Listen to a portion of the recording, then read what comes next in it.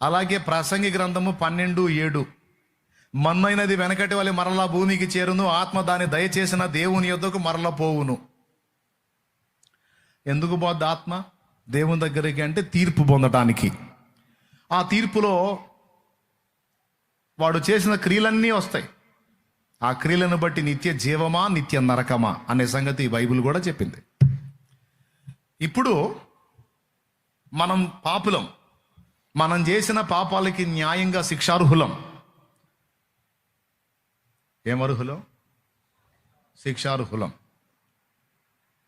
మరి ఇప్పుడు మనం శిక్ష తప్పించుకోవాలంటే పాపం నుంచి విడుదల పొందాలి. మరి మనం పాపం నుంచి విడుదల పొందడానికి మనం నమ్మినోళ్ళు, మొక్కినోళ్ళు, ఆరాధించినోళ్ళు అసలు ఏం చేశారన్నది మొదటి ప్రశ్నగా ఉండాలి. ఇప్పుడు పాపం వల్ల మనకేం శిక్ష వస్తుంది? నరక శిక్ష వస్తుంది. ఆ నరకం నుంచి నా ఆత్మను కాపాడటానికి అక్కాయ్ ఏమన్నా ఇంట్రెస్ట్ పెట్టి అసలు ఇంతకు నువ్వేం చూసినామే అన్నా అడిగారుగా నన్ను ఇందాక. బయటికి అడగకపోయిన మనసులో నన్ను అడుగుండి సార్ చెప్తున్నాను. ఎక్కడికైనా మనం ఒక భక్తి మార్గానికి వెళ్ళినప్పుడు ముందు ఆ దేవుడి గురించి తెలుసుకోవాలి, పునాది పటిష్టంగా వేసుకోవాలి. పునాది పర్ఫెక్ట్గా ఉందనుకో, ఇక 100 మంది బట్టి లాగినా సరే వాళ్ళు ఇటు రావటమే కానీ మనం అటు పోయేది ఉండదు. బాధాకరమైన విషయం ఏంటంటే కొంతమంది పాస్టర్లో కూడా ఈ పునాది లేదు. అది వచ్చిన చిక్కు. పునాది పర్ఫెక్ట్గా తెలిసినోడు సచ్చినవాడు. ఎందుకంటే అందులో పునాదులు లేవని తెలుసుకొని పక్కన పడేసి ఇటు పడి వచ్చాం. ఇందులో కనపడ్డ నాణ్యత మిగిలిన వాటిలో కనపడలేదని ఒకప్పుడు పిచ్చిగా మొక్కి ఆరాధించి సేవించినవి కూడా పక్కన పడేసి ఇటు వచ్చిన కారణం ఏందనుకున్నావు? పునాదులు లేని వ్యవహారం అది.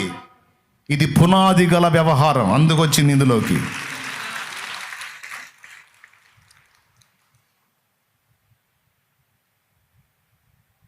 అందులో మొట్టమొదటిది ఏంటంటే దేవుడు అనేవాడు